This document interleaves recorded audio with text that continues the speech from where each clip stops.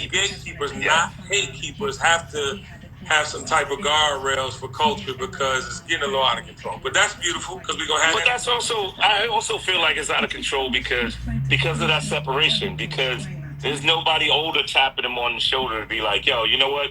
Here's my thing. On someone's first album, yo, you may be struggling. This is your first project, so you literally just write about what you know and what your experiences are. It's that exactly how you damaged the front of the jet ski. I was driving into the front of the shore, and then Graysley bumped into the boat dock. And when you bumped against the boat dock, and then the third album, where the change should happen. So, like, look, we don't know what, and I'm only using Sexy Red as an example, not because you're not like a big fan of the music or anything. I'm just using it as an example of like an artist like a Sexy Red or whoever, like, come up in their neighborhood. All they rap about is this shit that they see growing up, you know? So, but like with success, we should all kind of evolve and we should change and we should learn to talk more. Like somebody said, put it in your mouth. Look at Nelly, bro. Look at Nelly was like, put it in your mouth. And you played that joint. No, so this is my take on it, and I'll say like a motherfucker at the warehouse. Funk Clinic Fridays at the warehouse. But I feel like though, and I'll say this for the CQ members that might not listen to the Kenny Burns show, but really should. You know, we are. You spoke of your generation being hated on by the old heads. That's because they knew you would end up making them pay for what they did to the Cold Crusher. They wanted in. Yeah. But you also, in speaking of you made self-destruction. You made records that meant something. So as much as we had any nuanced records, we had way more uplifting, positive, party-oriented, good time-oriented. So we just need that back. And it's a matter of conversation.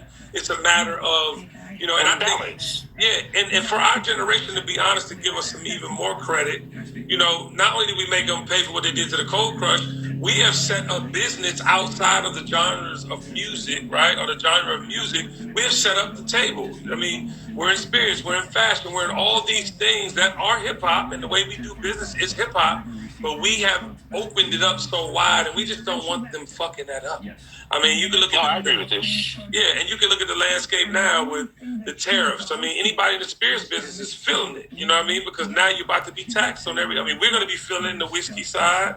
You know what I'm saying? Going to Canada and you're going to be feeling it all over. So there are things that we have to get control of in general to pass the to continue to make this pathway to success for the people that are Generation Z, and I think they even define the generation after them is now what starts with an A, Alpha. So Generation Z is our kids, Z is our kids, and then Dylan's the Generation Alpha. Yep. I think it's a great conversation to have, man, and I hope you continue having these conversations on every Monday at 3:00 Eastern time to continue to have the conversation. But I'm glad that music has been the connector of communities, and that's why, going back to what I was saying earlier, why we play the music that we play and why we lean on each other and why we, even during sets, we're playing Latin music. We're playing everything because it's no longer about whatever that hit record is. It's about the feeling that we're giving people at the end of the night. Like at the end of the night, why I brought up a Sexy Red is that I always felt like this art of like music during the set is to like take people on this journey. And to start it somewhere and to end up somewhere. But along the way, it's like all these stories and these feelings, that you can hear through music and through, especially during Club Quarantine. We literally play everything, And the moment that we rock together when there are no performers, we really go crazy and play everything. Yeah. We go crazy. I just invite performers because it is my way of I just remember when the world was shut down and I was DJing, there were times when it felt like I was the only person working, because I was literally DJing from home and I would see every artist in here and it was fun and it was great, but I was still doing what I love and I was still working.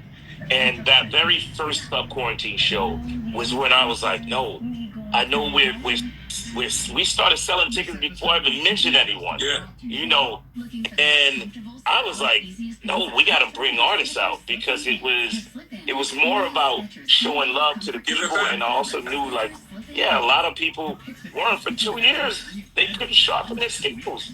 They couldn't work. Yeah. You know, like to feel that energy and to bring these songs to life in front of everyone for the very first time.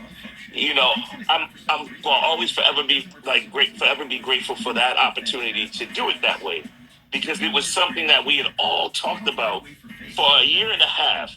We're not doing any CQ shows until we can get the Hollywood Bowl. Like, said that. I never played the Hollywood Bowl before, you know what I mean? So to like put that out in the universe and put that out there for God to be able to hear it and to make it, for it to actually happen. I didn't make it happen. It was like God was hearing, and also the people that even worked at the LA Phil, they gave me one of their nights to make that work. Yeah. They gave up a night with the full orchestra so we could do Club Quarantine, the very first one. And here we are 5 years later, and we're able to like play all these iconic venues, bro. Think about it, Kenny. We started rocking together with one of your parties, Soul Fusion. We would do Detroit, you know, and as great as it was still like a restaurant that they turned into a lounge, a little club on the late night side. But we went from rocking restaurants to rocking big stages, bro. Yeah, bro. We got a lot to celebrate. Yes. We literally went from we did rock and roll nights when nobody in hip hop was playing rock and roll like that. It wasn't even considered open format. We in the middle of you was John Bon Jovi. I'm sorry, Rick. Then he was dressed up as Rick James and Bon Jovi combined. He called himself Rick Bon Jovi. Hey yo, Rick Bon Jovi. Yo. So this is how long we've actually been doing this, to where we had to. People didn't just give it to us. Yeah. We literally had to earn this shit. Word. So you feel happy. Yeah, feel good. I'm happy, man. I'm like, yes, I get to play what I love. I want to say this too to all the CQ members and the Nation members. Like, D doesn't even really make money on this, y'all. Like, when you said that you wanted to put artists, that's who you are. You know what I'm saying? So keep doing what you feel, brother. Like, you know what I'm saying? Because the outcome is legendary. I mean, last time we did Apollo was super legendary. This time, like, and I remember how, like, we started talking about artists, so I can only imagine what surprises you have. But Lisa, when the last time somebody seen Lisa? Tell me when y'all seen Lisa do I Wonder If I Could Take You Home. Yep. I will say this. I never bring that up in public because I always feel like, you know, we're just vibing out. But no, I don't make money off these shows. I don't make any money off these shows, just to be honest with you, because I bring artists out and I want artists to eat, and I don't really ask people to do things for free. But I also want to deliver a show that feels that's worthy of that crowd that's going to be there. You know what I mean? Like the people. When you think about Club Quarantine shows, people go out and not only do they buy their ticket, most people are flying in from somewhere. They're flying in, they're buying outfits, because we're always like, yo, let's dress up. So you talk about a Carnegie, or they're buying tuxedos. You talk about the Apollo, people getting fly for the Apollo. So right there, those are multiple charges. Then they have their own CQ meetups. Yeah. They have all these things. So you talk about a commitment. So to me, I'm like, no, I want to be just as committed to the audience as they are, and that they've been consistently committed to what we're doing on this end. So that's why I'm like, no, I don't want it to just be a DJ party. I need it to be more than that. It needs to be an experience. It needs to be spiritual. The people that I asked to be a part of it, you know, I couldn't do the 5th anniversary without Deborah Cox. First of all, let me take that back. I couldn't do the 5th anniversary without Kenny Burns. So I'm going to start there. So to me, it's always a given. If we're doing CQ, unless you already booked for something that you're doing, I automatically assume KB is going to be there, because that's the commitment that we had. Deborah Cox has literally been rocking with us for since the beginning. You know what I mean? Like in there every day. And that's Deborah More. Cox. I don't think people realize, like, that's Deborah Cox. Man, that's Deborah Cox. How Melba, did you get Donnie. It's in the car in my Volkswagen Jetta. Where is it? It's like, yo, I can't wait to see Q5. I was like, word? You gonna be there? I was emotional. I'm like, bro, you want to host? He was like, absolutely. I'm like, yo, that's the love, man. Yeah. That is the love. So yeah, man, I'm really excited about this show. I'm really excited about this show. So before we get out of here, D, and big shout out to Donnie. Donnie Wahlberg is a fucking vibe. Donnie was in the fourth rafter at the Apollo.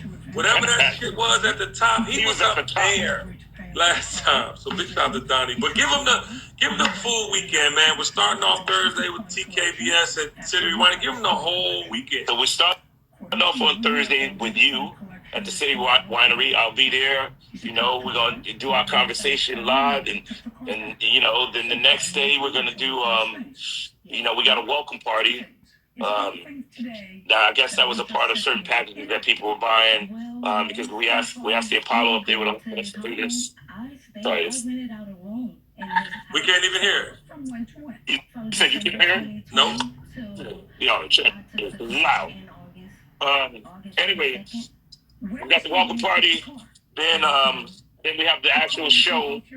Then we're gonna do a brunch on Sunday. Dog is going crazy. You can't hear him? Can't hear him. Yeah. Oh, that's wild. I love it. Hold on, let me take these up. Nah, you still there? No. Oh, now we hear it. Now we hear it. Oh, now I wanted to test how these headphones work. Yeah. You could, he's been going crazy. Anyway, Sunday morning we're doing a brunch. We're doing a brunch at Melba's in Harlem. So make sure you get your because it's a limited space in there. Oh Lord Jesus. Let's put this back on. Yeah. We're good now. Crazy. Charlie, good boy. And then Sunday night comedy with Royale Watkins at the Gotham Comedy Club, man, on 23rd Street. But yeah, it's a full weekend. That way we all get to see each other dance. We get to cry together.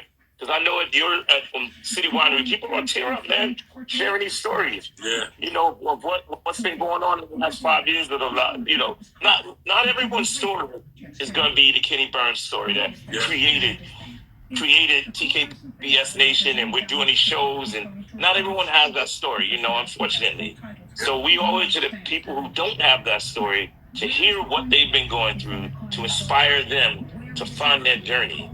And that's what that weekend is about for me, is to help people discover themselves again and to help them find their journey, man. So I'm excited. I can't wait to see everybody. Awesome. Well, all the tickets are available right now. If you haven't gotten your ticket, TKBS Live is at City Winery. You can go to City Winery's website. The Apollo Theater, we have 2 shows, 7 p.m. and 10 p.m. And people have been asking, is there an after set on Saturday? Yeah, we're going to do an after party at the Victoria Theater, which the Apollo controls. That's a brand new space. So we're doing the after party right next door. And then next day, we're having that brunch at Melba's. And there's a whole CQ menu. Make sure y'all get that. And make sure y'all know this. Make sure y'all know this too. After the 7 p.m. performance, you are going to be able to go over to the Victorian and have some cocktails. The next show obviously is an hour and a half, so we'll be with you immediately following the show. D-Nice, myself, obviously we're inviting everybody who's performing. And ladies and gentlemen, I don't know if you noticed the lineup. There are people that are performing on the 10 o'clock show that are not on the 7 o'clock show, but you do not want to miss not one of them. Yeah. Trust me. Yeah, no, for sure, man. But yeah, man, this is going to be great. I love you, KB. I know you got to get back to Yes. being the host with the most. Yes, I love you too, brother. Thank you for logging in. CQ5 next week. Apollo See you Theater. next week, bro. Can't wait to see you, brother. Love you. Love you, man.